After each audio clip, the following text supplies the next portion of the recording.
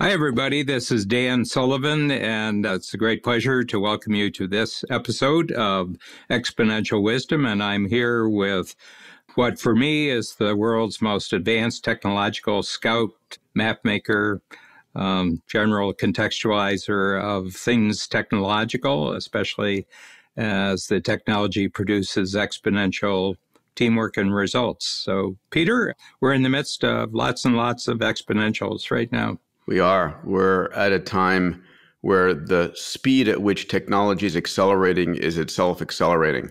And there's something going on right now that's been accelerating us to warp speed, so to speak. I think that's our conversation today. Never let a good crisis go to waste. Yeah. There's a lot of historical examples that you showed that when there's a big challenge, it kind of defies boundaries between fields of expertise, and all of a sudden you start getting crossover teamwork and collaboration and innovation. And the innovations are all pointed towards the solution to a particular problem, but the solutions have the mind of their own, and they kind of link up and they do all sorts of things that weren't intended, but they wouldn't have happened if there hadn't been a major focused effort to kind of solve a big problem. Yeah, I mean, so just to define it and speak it, we're in the middle of a pandemic, and we tend to look over time and realize that a lot of the greatest periods of progress occur during the most difficult times. Yeah. Whether it is, the Black Plague, or whether it is the Soviet missile crisis, or whether it is now, it's interesting, right? And the question is, why does that happen? And I think when faced with sort of an overwhelming threat, people put their egos aside, they put aside their differences, and they focus on how do you solve the impending issue that's much bigger than all the other petty issues that you worried about. It's really interesting because I'm in probably 3 times the amount of contact with my entrepreneurial clients in Strategic Coach, because we do a lot of short sessions, which we can do now because everybody's using virtual conferencing of one kind or another. So we've broken it down. We have a new virtual program, which instead of 8 hours every 3 months, we have 4 hours every 2 months, and then they can take part in even smaller 2-hour connectors. I said, how many of you, you're in circumstances where people around you might be really scared, they might be really depressed, they might be unhappy. But you yourself, just looking at yourself as an entrepreneur, how many of you, this has been an extraordinarily exciting and motivating period? And they look around and they put up almost with guilt. Yeah, with their hands and say, you're not going to film this and send it out to anybody, are you? I said, well, absolutely we are. Of course we are. Well, first of all, I think it's a bit of an adrenaline hit, and we know that adrenaline is a high-powered drug in our system. But I think that you can be a hero during crisis times in a way that you can't be during normal, comfortable, convenient times. So I think the notion of really being useful in an unusual way to other people right now is highly appealing, especially for entrepreneurs, because being useful out of the normal employment stream is what an entrepreneur is. So I think this gives them extra zest. Yeah, and it's like, I'm clear shouting this from the rooftops to all of my Abundance 360 members. It's like if you're coming out of the crisis the same way you went in, if you're waiting for things to go back to the way they were, you're missing a massive opportunity to reinvent yourself. Yeah. And frankly, if you're not reinventing yourself, your competitors are. And you should be using this as an excuse to kill projects that you should have killed a while ago, to let go of some people, hire other people, and think about how do you reinvent what you do to create the best value you can for the people you care about, because that value creation is going to reward you down the line. Yeah. I had a question about this as we were putting together our thoughts for the podcast today. I'm a pretty informed civilian, if you want, in other words, I've got about 10 to 15 different news sources, and usually these are article writing sources on the internet, and I read the story, but you're much closer to the front lines, what you do and where you are. If you would just give everybody on Exponential Wisdom a sense of what's unusual about the front lines of high technology and scientific collaboration in November of 2020 that were not true 12 months ago, what would you say if you had to pick 2 or 3 things that you've noticed or people have talked to you about? So, I mean, it varies by industry, of course, but what we're seeing is a massive increase in the speed of conversation. And so meetings that would have taken days to have set up and met in person are happening in minutes and occurring in that same day. So there's a increased velocity in deal making that's extraordinary. Those in the financial world are also seeing an increased velocity in the flow of capital. And that's coming in the form of these things called special purpose acquisition corporations, SPACs, where people are raising money and parking it as a public shell and then merging with an operating company. So we're seeing the amount of capital going into the public markets through SPACs extraordinary. And at the same time, the speed at which startups are getting access to capital is faster than before. So all of these, and I'd written about it back in January, but didn't expect it to be this fast, the speed at which technology is progressing. And when you think about it, technology is a function of sort of 3 things. It's a function of collaborative conversations between individuals. It's a function of capital being focused on a problem. And it's a function of the latest technology being used to move forward that. It's mind, matter, and money. Okay, those are 3 M's. And they're all speeding up. So it's extraordinary. And it's palpably there more than ever before. You know, I remember when I started in January at A360, I do a scan every year of what happened 100 years ago. Dan, I think you remember when I scanned the year 1920 for innovations, I found 4, right? The first public radio station, the first handheld hairdryer, the Band-Aid came out, and the 3-lens traffic light. But that was it. We searched every place. And today there's probably 4 of those levels of innovations every microsecond. So things are speeding up, and your ability to find and solve a problem is greater than ever before. Yeah. I had an example yesterday. Please. I had kind of a group that has formed because they were multiple buyers of my book that just came out in October 20th. And, you know, you want to pump the sales up really. Who, Not How. An excellent Who, Not book. How. Yeah. So, you know, part of the marketing strategy for books is to get a fast out of the gate experience. And we've done very well. But yesterday I had 32 buyers of 50 or more books, and these have to be hard copy books, not ebooks, but hard copy books. One of them was an engineer, and she's been in the program for a long time, and she's a rocket scientist from Huntsville, Alabama, a private company, but they do contract work for all sorts of different aspects that have to do with rockets. A lot of them are military rockets. So she was reading the book, Who, Not How, and she got a phone call from a government official in Washington say, would you be interested in a contract for, you know, this? And would that be something that you could respond to very, very quickly? And she said, absolutely, I could, knowing that she could only do half of what was being asked for. He says, I have to get something and I'll be right on. And she looked up on the internet, people who handle government contracts. Some of it was administrative requirements for the contract, and she didn't have. So she phoned up and she had the person on the other line and say, I've got the possibility. It's, you know, a multiple millions of dollar contract. And she said, we can do this amount. Do you have the facility? And they said, we'll project manage the whole thing. We'll do all the writing of the contract. We'll do all the bidding and everything else. We'd be happy to do it. And they named their terms. And By the time the government official came back on the phone, she said she'd do the contract because the nature of their work is they have to really scramble to develop capabilities. But here she didn't have to develop the capability. It was a WHO that she just brought in, and they would actually take project control. They would do the administrative of the project, and they would fulfill all the administrative requirements. And I was sitting there and I said, oh, boy, that's really interesting. I mean, you're putting concept of who, not how together with exponential technology. We're living in a world where whatever resources you need, they are a click away. The experts are there and you can put together your teams. And it's important for you to know what you're good at and what you enjoy, and then find the who, as you say, to do the other elements.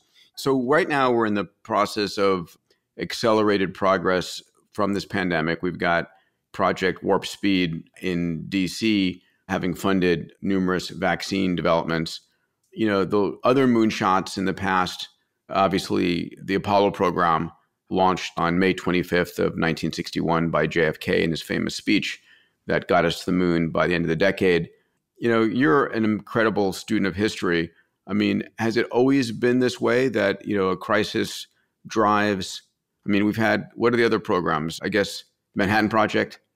Yeah, well, the Manhattan Project, that went from, you know, a letter to the president in 1938 by Einstein to the bomb in 7 years. And it was the equivalent of about, in today's dollars, to be about 20 billion, the whole project.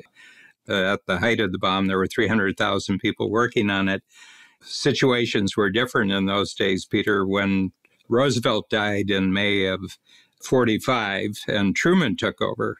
The day after he was sworn in, the Secretary of War came to him and he said, Mr. President, there's something I have to tell you. And up until that moment, the Vice President of the United States did not know about the Manhattan Project. Wow. Really? Yeah. Talk about secret. The Apollo Project had 400,000 people working on it. Yeah. But what's fascinating is I think the ability to do big things is happening now with many smaller populations of individuals. Yeah. Here's the thing. There's going to be the breakthroughs. I mean, there will be the actual vaccines will be created. But how much of it would you say the breakthrough is going to be just as much on the operational standpoint of just how scientists and innovators and engineers talk to each other on a continual basis? And that won't go back to pre-crises. Once you develop a capability, you don't go backwards to less of a capability. 100%, you're right. But it's also people's expectations of what you can do in a short period of time just got bent, right? So it's like, come on, it's not going to take that long. You did this and this and this, right? So I know personally, I got a call from Lou and Mei, who are my partners in one company back in March of this year, saying, Peter, we think we could stand up a vaccine. And we went from nothing to starting the company, capitalizing it, and having 30 vaccine candidates developed in under a month. And then getting to, we're now finishing up and entering phase 2, 3 next month at the end of the year here. And I'm blown away, right? And so it's your concept, Dan, of living in the gap is an important part of what's going on, right? So to remind everybody what this means is if you're comparing yourself today against your ideal vision of the future, you're comparing yourself against infinity, you're going to be living in the gap, comparing yourself to where you started and where you are today. So I'm blown away, you know, April, May, June, July, August, September, October, you know, in 9 months where we've gotten to, it's insane. Yeah. So what's your sense of the, I call them strategic byproducts, and it's a Buckminster Fuller idea. And he said, if you want to know the real value of something, go at a 90-degree right angle to your purpose, and you'll notice that you're creating all sorts of things off to the side. So what do you think are other medical breakthroughs that are occurring simply because they had the mission of one essential medical breakthrough, but there's going to be a lot of medical breakthroughs? Well, it's changing regulatory frameworks. It's changing the internationalization, right? So it used to be that, I'll give you an example here, our COVID-19 vaccine company would normally have gone through the process of going through the tests in the United States and all of that. But there's a regulatory geographic arbitrage that's available. So we're running parallel human trials in Taiwan, Brazil, India, and then the US. And any one of them, because humans are humans are humans, our DNA is basically all the same. If it works in Taiwan or Brazil, it's going to work here in the United States or Canada. And so ultimately, this ability that we're living in a global environment, a level of collaboration is off the charts. Yeah. Of course, you have a deep interest in this because of the XPRIZE. So is that being influenced this year by things outside of XPRIZE? In other words, the speed of things, the speeding up, people are interested in breakthrough ideas simply because it's the general atmosphere right now? Yeah, I think, probably there's, if you look at the referenceability of the word moonshot, it's probably accelerated. People are taking many more moonshots. We've launched a whole slew of XPRIZes around the pandemic. A mask XPRIZE that Mark Benioff and Jim Cramer have funded to reinvent the next generation of masks. A rapid testing XPRIZE. And there's 2 or 3 other XPRIZes in development. And just the notion that teams can form and go after something and can leverage technology very rapidly and do testing very rapidly. It's amazing. Yeah. Well, one of the things, and this is just an observation of kind of straddling 2 countries. We've been locked down in Canada since March 13th. So Babs and I, we've done it. And the company went virtual in 3 days and the program went virtual in 10 days.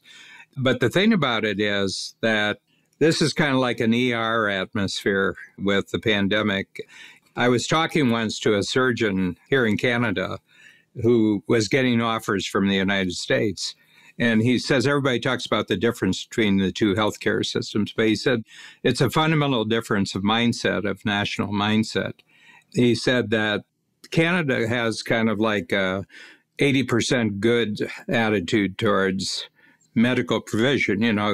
The Canadian system applies to everybody and it's all paid for, but it's good for 80% of what ails you. And he said the reason why Canada can do that, because anybody with money can handle the 20% south of the border. Yeah. So he said we actually have 2 systems. We have the 80% system that we can do, and then we have the 20% system on the other side of the border.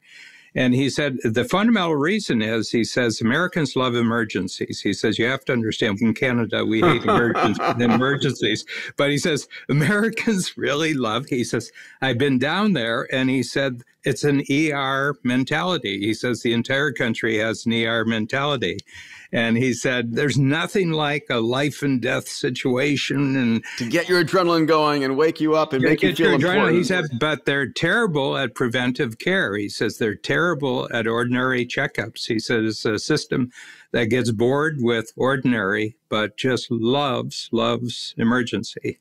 And he's been invited, to probably 10 times the salary and 10 times the support to go to a big U.S. center. And he said, I don't think my nervous system can take that culture. Yeah. And you have that. I mean, the moment I spotted you, the really unique ones really have a chip missing, and you've got a chip missing. Yeah, I've got a couple. I'm a moonshot junkie. It's the craziest, biggest things I can do. And, when we talk about never letting a good crisis go to waste, I think that applies at every level. So it applies at a national level, like for unifying a country, unifying its industrial base, unifying an industry. I think it applies for a company that it's like a make or break. We're either going to come out of this reinvented, stronger, or we're going to die trying. I think it may apply at a personal level as well. Oh, yeah, totally. In a marriage, in a family. And I think part of it is becoming cognizant of the fact that in this crisis, we have 2 outcomes. What do you want? And setting yourself on the outcome of coming out stronger and envisioning what that is, because the energy from the crisis fuels you to go beyond yourself and puts the ego aside. Well, I think it's kind of like a front burner, back burner type of situation. And it applies on all the levels, the national level, the organizational level. But, Strategic Coach deals with entrepreneurs as their role in a enterprise, but it's also their role in their private life. And we try to connect both of them and make them 360-degree resonant with each other and compatible with each other. And my sense is that if they've had a good situation before, it gets better. If they've had a bad situation before, it gets exposed, in the situation. And that's what I've really seen. It's the same thing. I'm very interested in what the impact of virtual conferencing is, because my sense is that it's really enabling, and I'll just talk about the entrepreneurial world here. I think it's enabling companies who are basically collaborative in mindset. And this gives them just a chance to collaborate in a way they've never been able to collaborate. But I think if you're totally about competition with other people, I don't think this is doing you any good at all. I think that virtual conferencing magnifies whatever you are. I could see that. And I think the crisis generally magnifies who you are. I had a situation in about a 2-minute period on the street in Toronto. I met a former client who was just devastated. And he said, I don't know what we're going to do and everything. And then I walk into a supermarket and there's an 18-year-old there on cash. There were signs on the supermarket, we're hiring staff. And he said, I come down here and he said, I don't really need the job. He said, I just like coming down here and being part of a team that's doing something really important right now. And I said, 2 individuals, 2 minutes apart, totally different attitude. Yep. And what you do during a crisis, it's a choice. Ultimately, it's a mindset, right? And this year, I'm heads down on mindsets for Abundance 360 and a sort of abundance, exponential, moonshot, longevity mindset. But it is all about a mindset. And as entrepreneurs, our job is to hone our mindsets. And during a crisis, man, oh man, you can do extraordinarily well during a crisis if you're focused. I've been through, from a financial standpoint, since we started in the early 1970s, I've been through 6 where there was a drop. And I've learned 2 things with it. Your job as the entrepreneurial leader every day is you keep everybody's confidence up, whatever it takes to get people's, because people can do a lot when they're confident and they may be very skilled, but not confident and they can't do anything. Plus, they get separated, they get isolated, so teamwork really disappears. But the other thing is, come out of the crisis with the team that you went in with. In other words, maintain your organizational strength while you're in, because half your competition didn't even get out of bed during the crisis. And the other half, only half of them got out of bed sober. So I said, you just make incredible market gains just by maintaining the strength that you had, and you're confident going in. And if you look at corporate, I took a look at the Great Depression, which of course was the biggest, longest hit economically, certainly the last 200 years. And all the big players in the 1940s and 1950s, they made their principal gains during the Great Depression. They suddenly became stronger in the market. They became more innovative and everything else. Warren Buffett says you don't know who's swimming naked until the tide goes out. And I think it's true of organizations and it's true of individuals too. You don't know who's been faking it until there's a crisis. We've seen amazing progress on the tech companies, right? Microsoft and Google and Amazon. I'm really excited. I'll mention to you one of my Moonshot speakers on our 3rd day of A360 this year is going to be Jeff Wilke. Jeff is the CEO of Amazon International. So he oversees all of Amazon other than AWS, talking about real moonshots there and his moonshot of reinventing manufacturing. So it's an amazing, amazing opportunity to be this. And I think it really is about confidence and clarity during this time as a leader, as an entrepreneur. Yeah. We'll see you on our next episode. Thank you, Peter. Take care.